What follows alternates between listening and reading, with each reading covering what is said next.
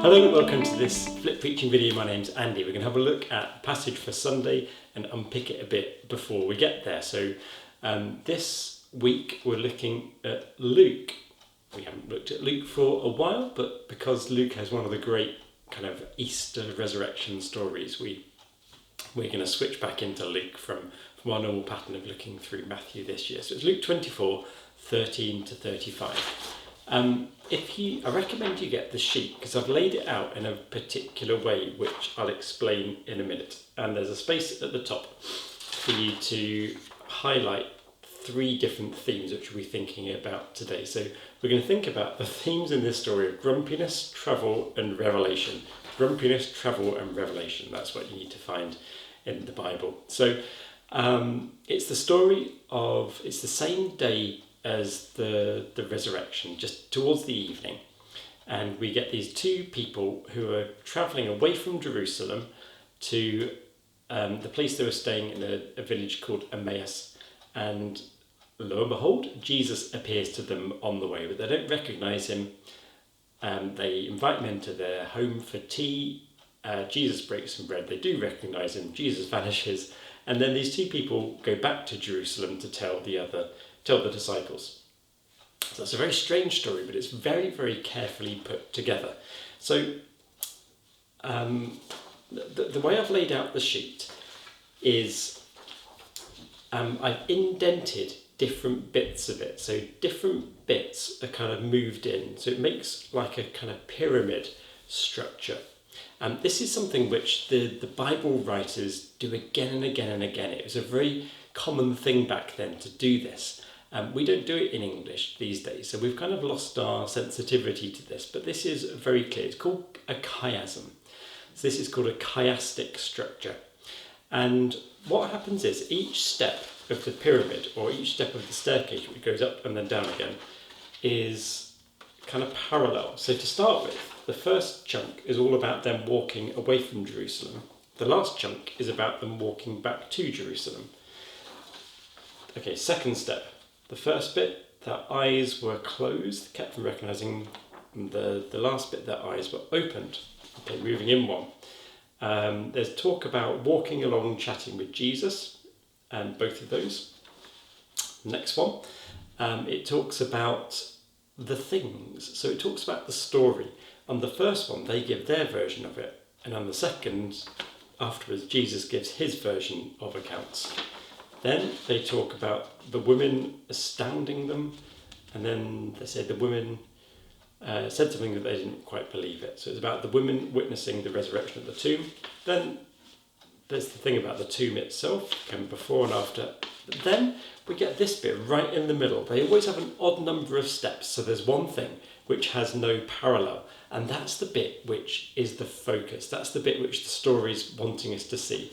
So the focal point of this is they had seen a vision of angels who said that he was alive. So that's the heart of the whole story, if you like, that Jesus is alive. That's really what this is carefully, very carefully structured to point out, that Jesus is alive. But we're going to have a look at some of the other bits of this as well, because I think they're quite interesting. Firstly, the people who were walking along, we know the name of one of them, but not the other.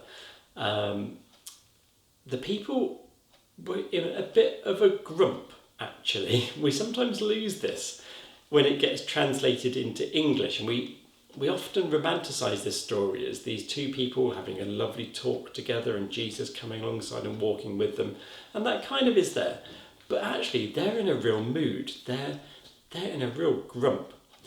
So some of the things that give us that idea, the language is really forceful in the original Greek. So in verse 16, when it says their eyes were kept from recognising him, that's like they were held captive. They were held hostage. They were overpowered.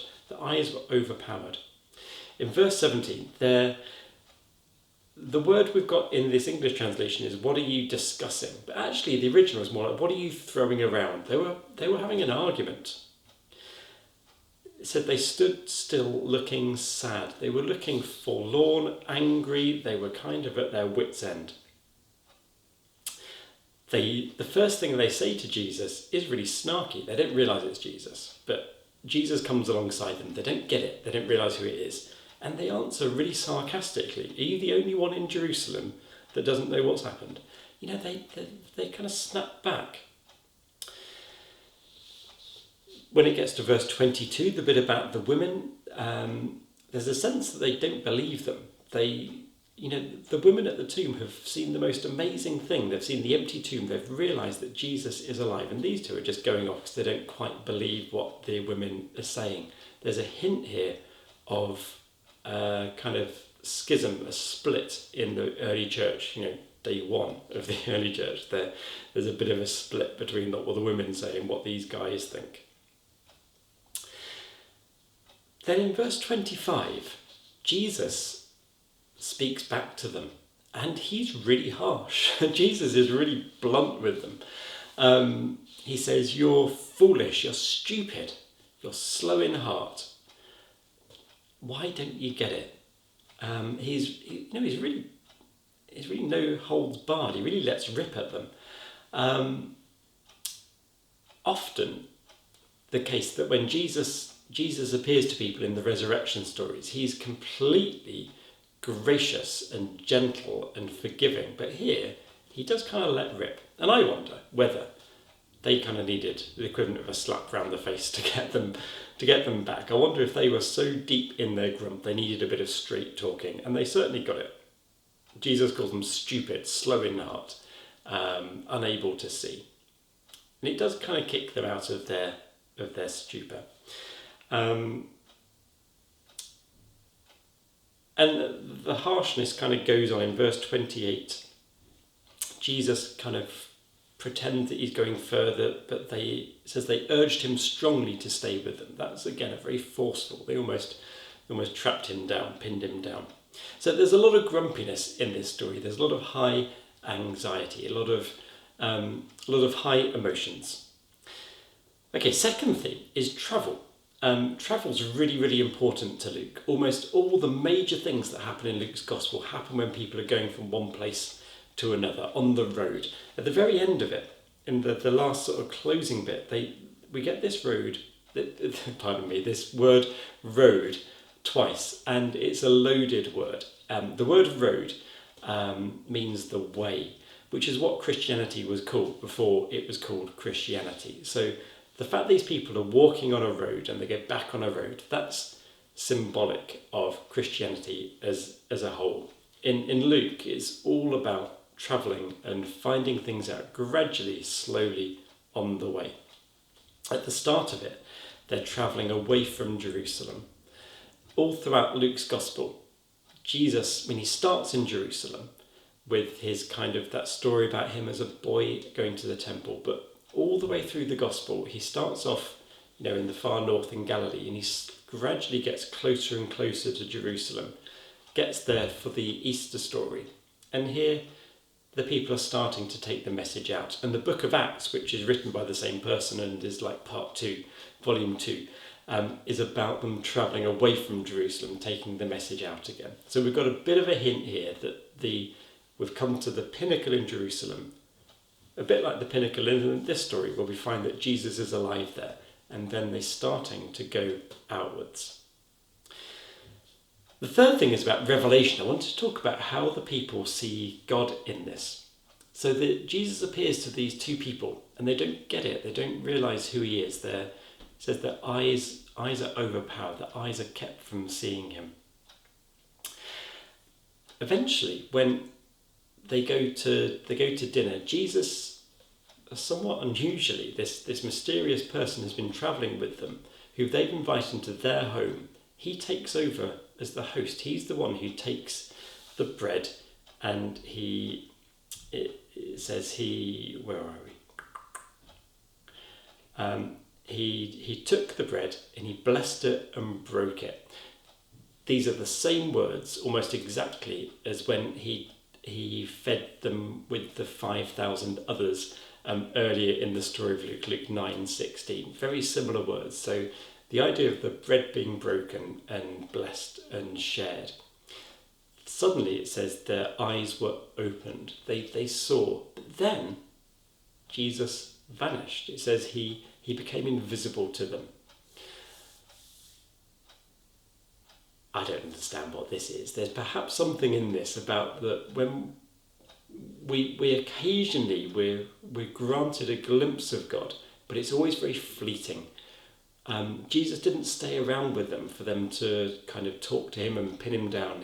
As soon as they realised he vanished from their sight, but not from their hearts. The heart's really important in this as well. Jesus, remember, criticised them for having slow hearts, but at the end they admit, were not our hearts burning within us when he was talking to us on the road? So actually, Jesus was being revealed to them in their hearts as they went. They didn't get to see until the very end, but they had something going on inside them, and that stayed with them, presumably forever. It says as well, were not our hearts burning within us when he was talking to us on the road and while he opened the scriptures to us?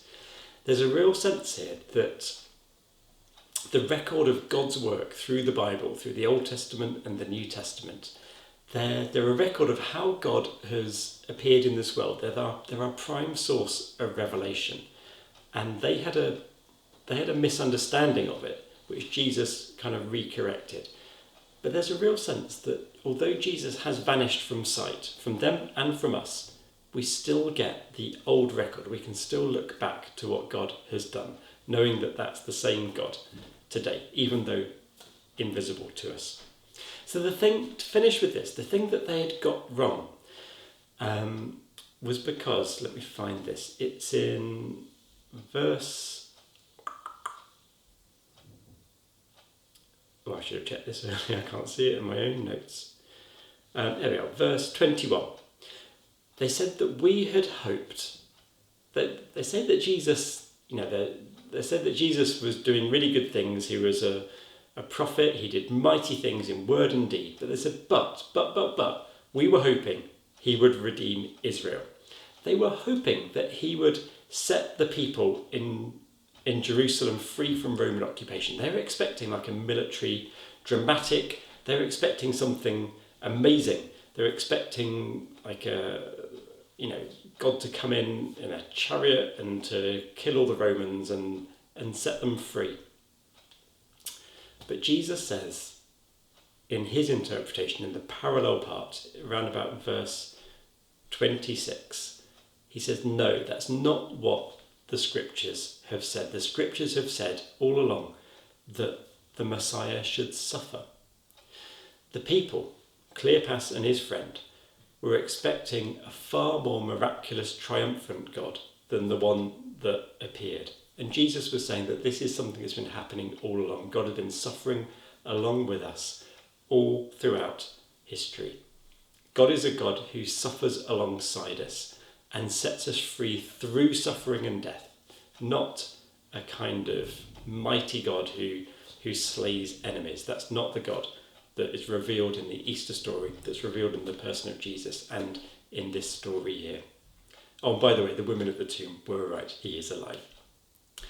Okay, thanks for joining me. I wonder what you think about this. Brilliant story. Okay, thanks for watching. Cheerio. Bye-bye.